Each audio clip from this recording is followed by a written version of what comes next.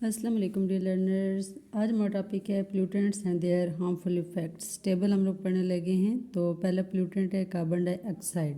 Carbon dioxide के harmful effects कौन कौन से हैं? इसकी वजह से कार्बन डाइऑक्साइड के हायर लेवल की वजह से, ज़्यादा कार्बन डाइऑक्साइड होने की वजह से ग्लोबल वार्मिंग ज़्यादा हो रही है, जिसकी वजह से जो आइस कैप्स हैं वो मेल्ट हो रही हैं, बर्फ़ पिघल रही है, ओशन गर्म हो रहे हैं और सी लेवल भी राइज कर रहा है। एक्सट्रीम वेदर चेंज, जिस तरह हीट वेव्स आती हैं इस साल भी आई हैं, हैवी रेन्स और वाइल्ड फायर हो रही है कार्बन डाइऑक्साइड के ज़्यादा होने की वजह से। कार्बन मोनोऑक्साइड सेकंड पोल्यूटेंट है। ये भी एक्सट्रीमली पॉइजनियस गैस है। पॉइजनियस कहते हैं जहरीले को।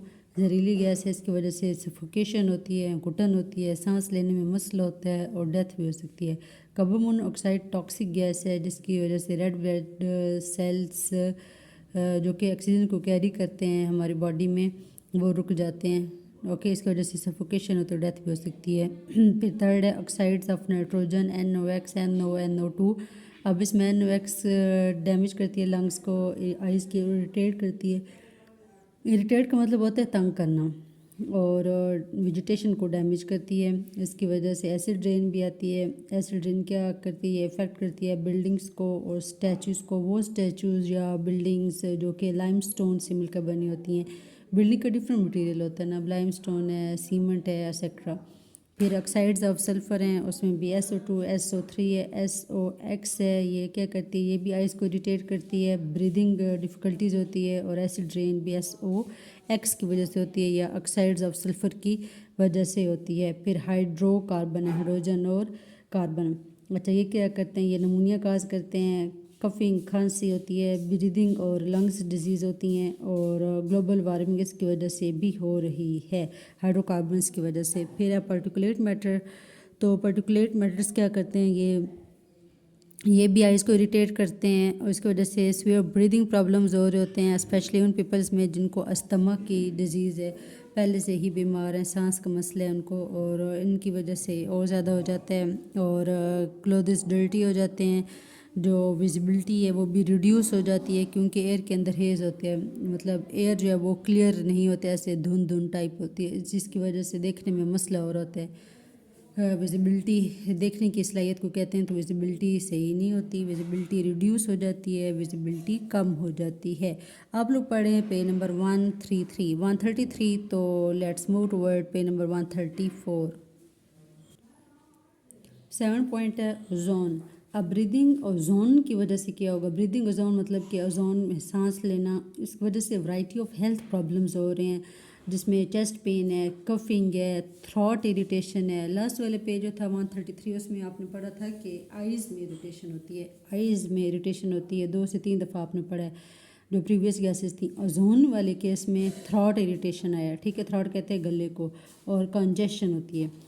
फिर नेक्स्ट इसका लास्ट पैराग्राफ है कि इन इफ़ेक्ट्स के अलावा भी स्मोग जो प्रेजेंट होती है एटमॉस्फेयर में, उसकी वजह से हेल्थ कॉम्प्लिकेशंस होते हैं, हेल्थ इश्यूज़ होते हैं, जिस तरह एलर्जी हो जाती है, अस्थमा हो गया, लंग्स इन्फेक्शन हो गया, और ये प्लांट्स की ग्रोथ को इनहिबिट करती है। इनहिबिट का मतलब होता है रोकना, प्लांट की ग्रोथ को ये रोक देती है, क्योंकि ये जो कार्बन डाइऑक्साइड फोटोसिंथेसिस के दौरान हो रही होती है, एब्जॉर्ब हो रही होती है, उसको रिड्यूस कर देती है। आपको पता है कि प्लांट्स जो हैं वो ऑक्सीजन हमें प्रोवाइड कर रहे होते हैं, और हम उन्हें in return carbon dioxide provide करते हैं।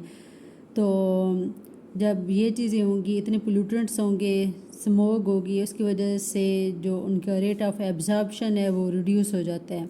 नेक्स्ट टॉपिक है 10.3 एसिड रेन। अब इसमें एसिड रेन क्या होती है? जब रेन वाटर जिसकी pH बिटवीन 4.2 एंड 4.4 हो, उसको एसिड रेन कहते हैं। ठीक है, एसिड रेन के लिए एक क्राइटेरिया सेट हो गया कि उसकी कितनी pH होगी तो एसिड रेन होगी।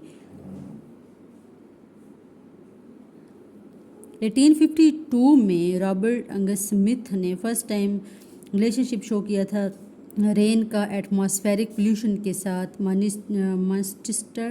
मानचेस्टर इंग्लैंड में। ठीक है, अब सम टाइम इसको रेफ़र करते हैं फादर ऑफ एसिड रेन, क्योंकि इन्होंने ही एसिड रेन का मेन कॉन्सेप्ट दिया था। मानचेस्टर मैनचेस्टर इंग्लैंड में। बर्निंग ऑफ फॉसिल फ्यूल्स की वजह से हार्मफुल गैसेज रिलीज़ होती हैं एटमॉस्फेयर में। इन गैसेज में SO2 है, SO3 है जो कि प्रोड्यूस होती है, और प्रेजेंस ऑफ सल्फ़र की वजह से, सल्फ़र अब कहाँ प्रेजेंट है, फॉसिल फ्यूल्स में है। SO2 कन्वर्ट हो जाती है SO3 में। कब कन्वर्ट होगी, जब ऑक्साइड्स प्रेजेंट होंगे नाइट्रोजन के। अब ऑक्साइड है ऑब्वियसली SO2 है, तो 2 मॉलिक्यूल्स हैं ऑक्सीजन के, जब एक और मॉलिक्यूल इसमें ऐड हो जाएगा तो तभी तो SO3 बनेगा। तो SO2 कन्वर्ट हो जाता है SO3 में in the presence of oxides of nitrogen, ठीक है, जो कि एटमॉस्फेयर में प्रेजेंट हैं। फिर ऑक्साइड्स ऑफ नाइट्रोजन को अगर हम देखें तो ऑक्साइड्स ऑफ नाइट्रोजन भी प्रोड्यूस हो रहे होते हैं mostly by direct combination of atmospheric oxygen और nitrogen. Okay, oxide of nitrogen भी प्रोड्यूस हो रहे होते हैं। कब प्रोड्यूस होते हैं, मोस्टली जब एटमॉस्फेरिक ऑक्सीजन कंबाइन होती है नाइट्रोजन के साथ इंडस्ट्रियल में और डोमेस्टिक कंबशन में। डोमेस्टिक कहते हैं घरेलू जो कंबशन हो रही होती है, जब कुकिंग करते हैं तो कंबशन करते हैं एक्सेट्रा। फिर ये प्रोड्यूस कब होते हैं, कम्बिनेशन ऑफ एटमॉस्फेरिक नाइट्रोजन और oxygen in the presence of lightning, ठीक है। अब यहाँ पे देखें फॉरेस्ट है, लेक है, क्लाउड, फिर यहाँ से एसिड रेन और ये एसिड रेन किस तरह से प्रोड्यूस हो रही है, ये बर्निंग की वजह से, ये व्हीकल्स की वजह से नाइट्रोजन डाइऑक्साइड रिलीज़ हो रही है। फिर यहाँ पे देखें सल्फर डाइऑक्साइड रिलीज़ हो रही है, फिर NO2 SO2 रिलीज़ हो रही है। ये एटमॉस्फेयर में जाते हैं, वाटर वेपर्स के साथ कंबाइन होते हैं। वाटर वेपर्स के साथ कंबाइन होने के बाद जब रेन फॉल होती है तो वो एसिड रेन होती है, क्योंकि ये वाले जो एसिड्स हैं ये इसके साथ कंबाइन हो चुके होते हैं रेन के साथ। तो यहाँ पे कह रहे थे कि कम्बिनेशन ऑफ एटमॉस्फेरिक नाइट्रोजन और oxygen in the presence of lightning, ठीक है। बारिश के दौरान जो लाइटनिंग हो रही होती है उसकी वजह से नाइट्रोजन और ऑक्सीजन कंबाइन हो जाते हैं, ठीक है। फिर सिग्निफिकेंट अमाउंट, सिग्निफिकेंट का मतलब है ज़्यादा अमाउंट या वो अमाउंट जिसको हम निगलेक्ट नहीं कर सकते। तो सिग्निफिकेंट अमाउंट जो नाइट्रोजन ऑक्साइड की है वो भी प्रोड्यूस हो रही होती है by the reaction taking place in automobile engine. ये तीसरा पॉइंट है इसका, ओके, ऑटोमोबाइल इंजन की वजह से। पहला क्या था पॉइंट हमारे पास, ऑक्साइड और नाइट्रोजन कब प्रोड्यूस होते हैं, direct combination of atmospheric oxygen और नाइट्रोजन। दूसरा पॉइंट था कम्बिनेशन ऑफ एटमॉस्फेरिक नाइट्रोजन और ऑक्सीजन जो कि in the presence of lightning produce होती है। तीसरा पॉइंट है ऑटोमोबाइल इंजन से भी जो गैसेज रिलीज होती हैं। तो यहाँ पे 3 पॉइंट्स के ज़रिए से बताया कि किस तरह से ऑक्साइड्स की फॉर्मेशन हो रही होती है या एसिड रेन किस तरह से आ रही होती है। फर्स्ट पैराग्राफ में एसिड रेन की डेफिनेशन है, डेफिनेशन के बाद इसका इंट्रो है कि किसने ये एसिड रेन की टर्म इंट्रोड्यूस कराई थी। फिर बेसिक गैसेज हैं जो कि एटमॉस्फेयर में प्रेजेंट हो रही होती हैं जिसकी वजह से एसिड रेन एसिडिक रेन बनती है। ओके, नॉर्मल रेन नहीं होती, एसिडिक रेन बनती है। आप लोग पढ़ते page number 134। Let's move toward page number 135। तो पेज नंबर 135 पे क्या है, इस पर कुछ इक्वेशंस हैं। एस जब कंबाइन होता है, सल्फर कंबाइन होता है ऑक्सीजन के साथ तो सल्फर डाइऑक्साइड देती है एज अ प्रोडक्ट। फिर 2 सल्फर के मॉलिक्यूल कंबाइन करेंगे प्लस ऑक्सीजन के, 2 2 4 हो जाएंगे ना, ठीक है। तो 2 ऑक्सीजन के मॉलिक्यूल हैं, ऑक्साइड्स ऑफ नाइट्रोजन भी है, तो 2SO3 की फॉर्मेशन होगी। 2 2 4 प्लस 2 6, तो यहाँ पे ये बैलेंस्ड इक्वेशन है 2SO3। फिर SO3 है, यहाँ पे SO2 बना था प्रोडक्ट, यहाँ पे ये रिएक्टेंट हुआ है। फिर SO3 प्रोडक्ट है, यहाँ पे SO3 रिएक्टेंट है। ये वाटर के साथ कंबाइन कर रहा है तो सल्फ्यूरिक एसिड बन रहा है H2SO4। नाइट्रोजन कंबाइन कर रही है ऑक्सीजन के साथ तो 2NO, क्योंकि यहाँ पे भी ऑक्सीजन के 2 मॉलिक्यूल्स हैं, यहाँ पे भी ऑक्सीजन के 2 एटम्स हैं, तो ये दोनों हैं। तो कलेक्टिवली जब इसको लिखेंगे तो 2NO आ जाएगा कि 2 ही नाइट्रोजन 2 ही ऑक्सीजन है, अलग अलग लिखने के बजाय। फिर यहाँ पे ये प्रोडक्ट था, यहाँ पे आके रिएक्ट कर रहा है, ऑक्सीजन प्रोडक्ट है सॉरी रिएक्टेंट के साथ। तो यहाँ पे मोस्ट ऑफ द केसेस में ऑक्सीजन और वाटर जो ये कॉमन रहे हैं, यहाँ पे थोड़ा बहुत चेंज आता है। जिस तरह सल्फर है, सल्फर डाइऑक्साइड है, SO3 है, N2 2NO। यहाँ पे 2NO क्या था हमारे पास प्रोडक्ट था, यहाँ पे रिएक्टेंट है, फिर ऑक्सीजन के साथ कंबाइन कर गए तो 2NO2 मिलेगा। फिर यहाँ पे गैसेस फॉर्म में 2NO2 है, यही वाला जो प्रोडक्ट था ये यहाँ पे रिएक्टेंट है प्लस वाटर के मॉलिक्यूल हैं, तो ये नाइट्रिक एसिड बन रहा है HNO3 प्लस HNO2, ठीक है। तो यहाँ पे एंड पे नाइट्रिक एसिड की फॉर्मेशन हो रही है, यहाँ पे सल्फ्यूरिक एसिड की फॉर्मेशन हुई थी प्लस HNO2 रिलीज हो गया। ये गैसेस फॉर्म में, ये भी गैसेस फॉर्म में। H2O क्या है, लिक्विड फॉर्म में होता है। 2NO2 गैसेस फॉर्म में होता है। गैस और लिक्विड फॉर्म में हमारे पास रिएक्टेंट्स थे, प्रोडक्ट में दोनों गैसेस हमें मिली हैं। फिर लास्ट पैराग्राफ में कि जो गैसेस मिक्स करती हैं मॉइस्चर के साथ, वो प्रेजेंट होती हैं एयर में प्रेजेंट होती हैं, तो क्या बनाती हैं, एसिड ड्रॉपलेट बना देती हैं। ठीक है, ये गैसेस जब मिक्स करती हैं मॉइस्चर के साथ, वो मॉइस्चर जो कि एयर में प्रेजेंट होता है तो एसिड ड्रॉपलेट्स बनाते हैं, विंड कैरी करते हैं इन एसिड ड्रॉपलेट्स को, ह्यूज डिस्टेंस पे लेकर जाती है, ह्यूज कहते हैं बड़े को, ज़्यादा डिस्टेंस पे लेकर जाती है। फाइनली ये ड्रॉपलेट्स जब रिटर्न होते हैं ग्राउंड पे तो एज एसिड रेन होते हैं, एसिड हेल होते हैं, स्नो और इवन फॉग की फॉर्म में। अब यहाँ पे डिफरेंट फॉर्म है कि किस तरह से एसिड रेन आती है ग्राउंड सरफेस पे। तो पहला है एसिड रेन, दूसरा एसिड हेल है, तीसरा स्नो है, चौथा फॉग है। फिर लास्ट लाइन है, सेकंड लास्ट लाइन है कि एसिड रेन फील होती है, देखने में या टेस्ट में क्लीन रेन होती है, लेकिन यहाँ पे इसकी ट्रू नेचर क्या होती है, ये क्रोसिव नेचर होती है। उसकी वजह से वाइड स्प्रेड डैमेज होता है इन्वायरमेंट में। क्रोसिव जिस तरह से खुरदरी सी नेचर होती है, जंग लगने वाला, रफ़, हम इसके लिए रफ़ वर्ड ज़्यादा सूटेबल होगा, तो ये इसकी क्रोसिव नेचर होती है। नेक्स्ट इसका सब टॉपिक है एसिड रेन का 10.3 का effects of acid rain. Page number 135 आप लोग पढ़ रहे हैं, तो इसमें फिर 10.4 है अगला टॉपिक। 10.4 के बाद 10.5, 5 टॉपिक्स थे आप लोगों के, तो आप लोग पढ़ रहे हैं 10.3। इफ़ेक्ट्स ऑफ एसिड रेन को हम पढ़ लेते हैं इस वीडियो में, फिर वीडियो को वाइंड अप करते हैं। इफ़ेक्ट्स ऑफ एसिड रेन में क्या है, एसिड रेन की वजह से number of adverse effect, adverse कहते हैं हार्मफुल इफेक्ट्स होते हैं। इसकी वजह से जो एसिडिटी है साइल की वो इंक्रीज़ हो जाती है, ह्यूमन्स को थ्रेट होता है, थ्रेटन्स ह्यूमन, थ्रेट वैसे धमकी को कहते हैं, लेकिन यहाँ पे हार्मफुल इफेक्ट के में थर्ड जो है वो एक्वेटिक एनिमल्स हैं, फॉरेस्ट डिस्ट्रॉय हो जाता है। यहाँ पे मैंने पॉइंट्स लिखे थे, increase acidity of soil, threatens human, aquatic animals, destroy forest. उसकी वजह से एग्रीकल्चर प्रोडक्टिविटी भी रिड्यूस हो जाती है। प्रोडक्टिविटी प्रोडक्ट्स को कहते हैं, मतलब कि एंड रिजल्ट क्रॉप वगैरह। बिसाइड इट के ये बिल्डिंग्स को भी क्रोड करती है, 6 पॉइंट, मोनूमेंट्स, स्टैचूज़, ब्रिड्स और रेलिंग, इन सब को एसिड रेन की वजह से इफ़ेक्ट हो रहा होता है। 10 पॉइंट्स हैं अप्रॉक्सीमेटली। फिर मोस्ट इंपॉर्टेंट एडवर्स इफेक्ट अब डिटेल में सॉइल किस तरह से इफेक्ट हो रही होती है। तो एसिड रेन साइल को एसिडिक बना देती है, एसिड रेन साइल को एसिडिक बना देती है, जिसकी वजह से ये डिज़ाल्व होती है और जो न्यूट्रिएंट्स हैं वो वहाँ से वॉश अवे हो जाते हैं। ठीक है, जो कि सॉइल में प्रेजेंट होते हैं और प्लांट्स की ग्रोथ के लिए ज़रूरी होते हैं।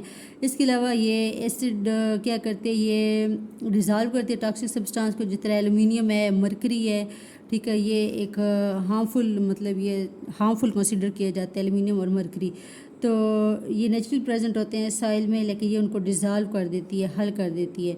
फिर प्लांट्स में एसिड रेन डैमेज करते हैं वेजिटेशन को, प्लांट्स को। मैनी प्लांट्स फिर नहीं रहते, सर्वाइव नहीं कर सकते, लिव नहीं रह सकते और एसिडिक सॉइल में ग्रो नहीं कर सकते, क्योंकि प्लांट्स की ग्रोथ के लिए जो एसेंशियल न्यूट्रिएंट्स होते हैं वो रिक्वायर होते हैं। एसेंशियल न्यूट्रिएंट्स वॉश अवे हो जाते हैं या लीच डाउन कर जाते हैं, लीचिंग का प्रोसेस शुरू हो जाता है। उसकी वजह से फिर प्लांट्स विल्ट हो जाते हैं, मुरझा जाते हैं या ग्रो ही नहीं कर सकते।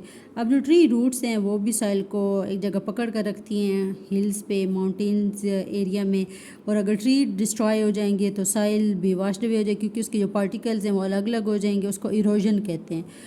एनी तो जो न्यू प्लांट्स हैं वो फिर ग्रो नहीं करेंगे।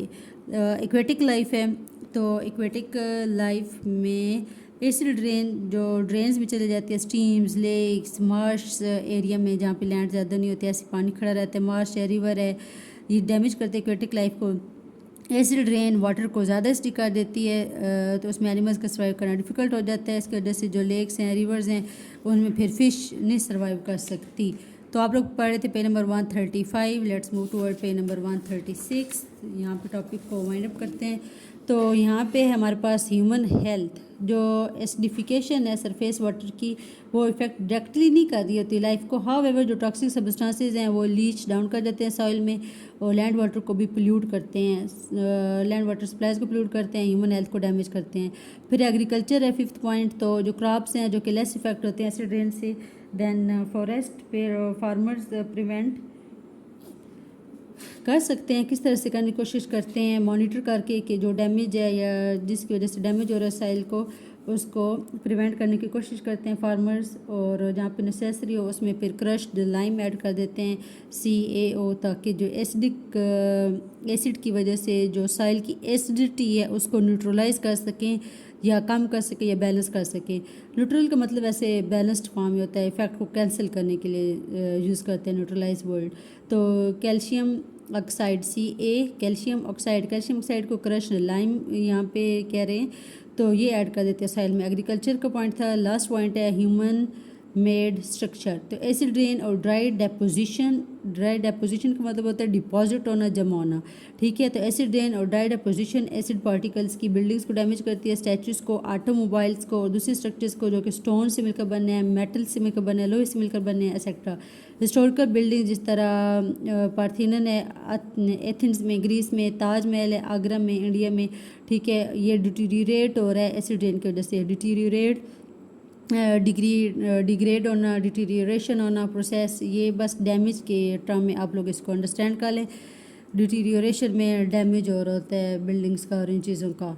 ओके, तो आप लोग पढ़ रहे थे पेज नंबर 136। यहाँ पे इस टॉपिक को वाइंड अप करते हैं। रखिएगा अपना ढेर सारा ख्याल, मुझे भी रखिएगा दुआ में याद। मिलते हैं इंशाल्लाह अगली वीडियो में, तब तक के लिए अल्लाह हाफिज़, फ़ी अमानिल्लाह।